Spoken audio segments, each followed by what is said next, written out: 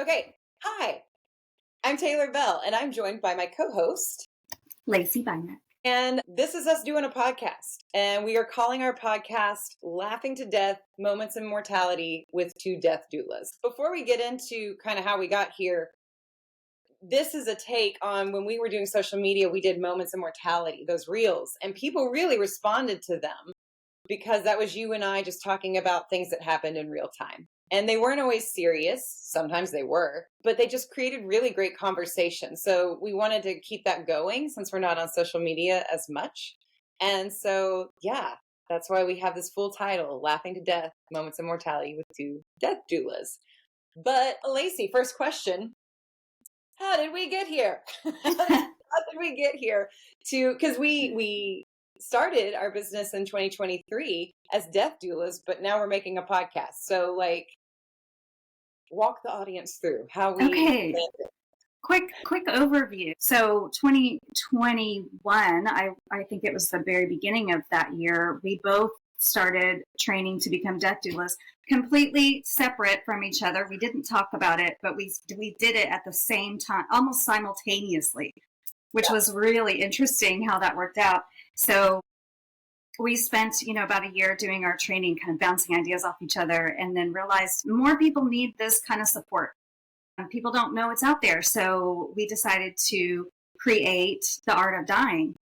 We're going to talk more about the name of that a little bit later, but that it's just been a really kind of a wild ride because we've had to create it from scratch. There's no template for a business like this, really. And so it's been really, really fun. I'm so lucky that we get to do it together because it would be just a whole different experience doing this on your own. And Taylor and I are both really different. We think about things differently. And so it's really great to have a partner in this. And I'm currently in Hawaii. So I wish we could be in the same room together, but we're letting technology help us out to bring this to you. Also, I think it's interesting to talk about when we started. One thing we do have in common is we're highly organized. And so when we started the Art of Dying business, we had this really great structure about what we were offering, the services we were offering, very well thought out. And it didn't go exactly that way. Not to say that there's not a need for the services we created, but we put it out there and then we kind of realized whoa, people don't even know what this is. And we thought we'd be with a lot of people who were actively dying, and that wasn't true. How has the business evolved in the past 2 years? Yeah, I think that's nice to bring up that we're both sort of type A and, everything is in documents and step 1, step 2, step 3. And that's not the way death works. Working with people that are dying, it's really all about listening and being present. And so we've had to constantly bring that back into our business model. And how do we pivot to bring this to people where they are, which is very similar to being with the dying. I think the main thing is that we had to just back way up. So instead of just assuming people they're going to jump in here and they're going to follow these steps, we have had to focus more on education and letting people know very clearly what we are and what we do and how we can help and how we fit into the whole circle of care, I guess you would call it. And so we started going to hospice and palliative care and just educating them. We're working on some webinars right now and going into the community. We're doing death cafes has been really great. Just getting the word out. And that is the way forward, is to actually kind of take that big step backwards. And I want to kind of branch off on that, because when we call our business The Art of Dying and we call ourselves death doulas, that has a definite connotation where people are like, I don't need you yet. Yes. And that's been interesting because we actually evolved the business to be oh no, everybody needs a death plan. So we can help literally everybody who's alive. We have something for them. But so what do you think about, what are your thoughts around that now that we offer so much for people in every stage of life? Do you feel differently about? I don't feel differently, but I've had time to really reflect on it more. The name was your idea, is based on a George Harrison song, The Art of Dying. And it's a very purposeful decision to keep the word dying in the business. There's such a taboo around thinking about death and dying.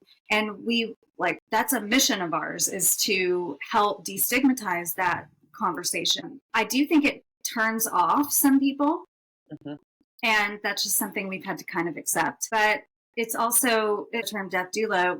We substitute that word, in different situations. Like if we're walking into a room where it seems a little bit dicey to jump right in with that kind of verbiage, then we back off and we might call ourselves end of life companions or, something else a little bit softer. What do you think about the name now that we are in a little ways? Well, and it's kind of, to me, calling it the art of dying almost is more perfect than I originally thought, because there is an art to it and it's a lifelong thing. It's a lifelong project. To do it with this kind of intentionality. And so I love the name more than ever. But it's an interest. I think one of the biggest roadblocks for us, and why doing something like this is such a great opportunity, it shows people that when the word dying or death come up, it doesn't need to be pushed away till later, because we don't know when later is. And also, death is ever present. So like, we want to have conversations with people here in the community, whatever, that open that space up, open the floor up to like, we can talk about this anytime, and it will benefit us, and it will actually benefit us living. Yes. I think if there was one thing that I could just magically get across to people about what we're doing and what the doula movement is doing in general, it's that it's not really about death. It's about life. It's about, having more meaning in life and more awareness of, if you've completely denied a whole inevitable part of life, which is death, it really takes away something from your experience of living. And so even the more I get into it, and the more I read, and the more I understand and experience with people, it's really about living well. And yes. So I just wish that we could somehow magic fairy dust that into the universe. Is there anything you would say is the one thing you wish that you could get across, help people understand? I feel very passionate. Well, of course I'm a planner, so are you, but people making a death plan. I find that, and again, people are like, well, no, I'm not dying yet. Or no, I'm not really old.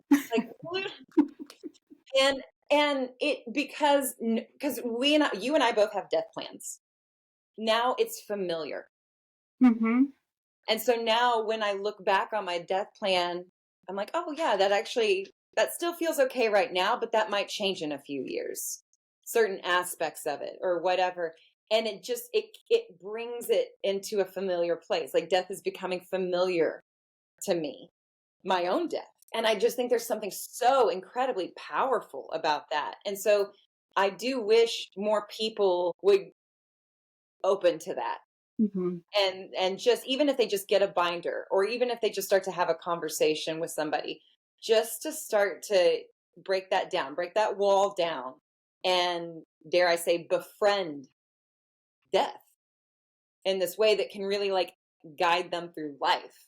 Back to what we were talking about. Yes, and elaborating just a little bit, a death plan is not something set in stone. No. I just updated mine recently because of my move here, and access to green burial here is very different than what I was used to. So I've just changed, some of my stuff. But it's walking through that process that's so enlightening to oneself about what's important, and maybe even more important than the death plan itself. It brings these conversations to the forefront, making sure that, my partner knows what's important to me. The person who's potentially going to be making those decisions is aware of what's important to me. Because when else are you going to be sitting? What are you going to be sitting at the dining table? Honey, I think I've decided that if I was in a vegetative state, no, it's probably not going to happen. So something I wanted to ask is, what would you suggest to people who are interested in death, just death as a topic, and are interested in being in the community, whatever their community is, wherever it is, and inviting in those conversations? What can people do or pursue foster that? Yeah, I think one really good way to start is to attend a Death Cafe. On the Death Cafe website, they list all of the events. Some of our fellow death workers in Dallas have a monthly Death Cafe, which is great. And there is pretty much every hospice. Well, the way hospice works is they have to have volunteers. So they're always looking for volunteers. And a lot of times they have great training programs. I got quite a bit out of the training program that I went through. I know, Same. Taylor, you did also. Do you have any other things to add to that? Well, I think I will just underline becoming a hospice volunteer is huge. They always need volunteers. And it's just was a very direct way to demystify this whole thing of like, oh gosh, a nursing home. I can't, I don't know if I can go in there. And then it's like, just humans. It's just humans having human experiences. And sure, some of them are tough, but like, there's something really powerful about allowing ourselves to be in that space and still see the humanness and still find the connection. And so I think being a hospice volunteer is like a great meditation on life. And also, I just got to throw in there, fostering senior animals is a great way to actually find community, because there's usually a community of people around that. Good point. But also it's another way, maybe not necessarily creating community, but inviting like death work into your life. Fostering senior animals, while yes, emotionally tough, also, God, what a gift. And it really does it gives you practice. Like, again, if we want to become more familiar and maybe a little more proficient at something, it takes practice. And I think it's the same thing with supporting people through death or our own death, is to allow ourselves to be witness to it and to engage with it. And supporting senior animals. Such a need too, everywhere. So I know here there's we were just at the shelter yesterday taking a dog on a field trip. Oh, nice. And a lot of those dogs are, they're up in age. So anyway, that's a great idea, Taylor. If you don't even know kind of what questions to start asking yourself, and I wasn't going to plug this, but we did create our binder as a digital format. So you can get on our website and you can grab a digital binder. You can also, just to even have something to kind of look at and go, what are the questions I could be asking myself?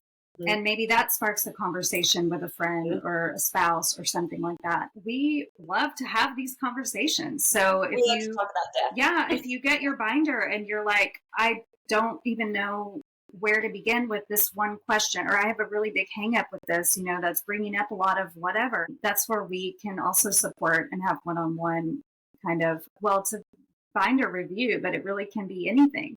So whatever comes up for you, that's a great way to just kind of even get an overview of what the topics are that you might want to be thinking about.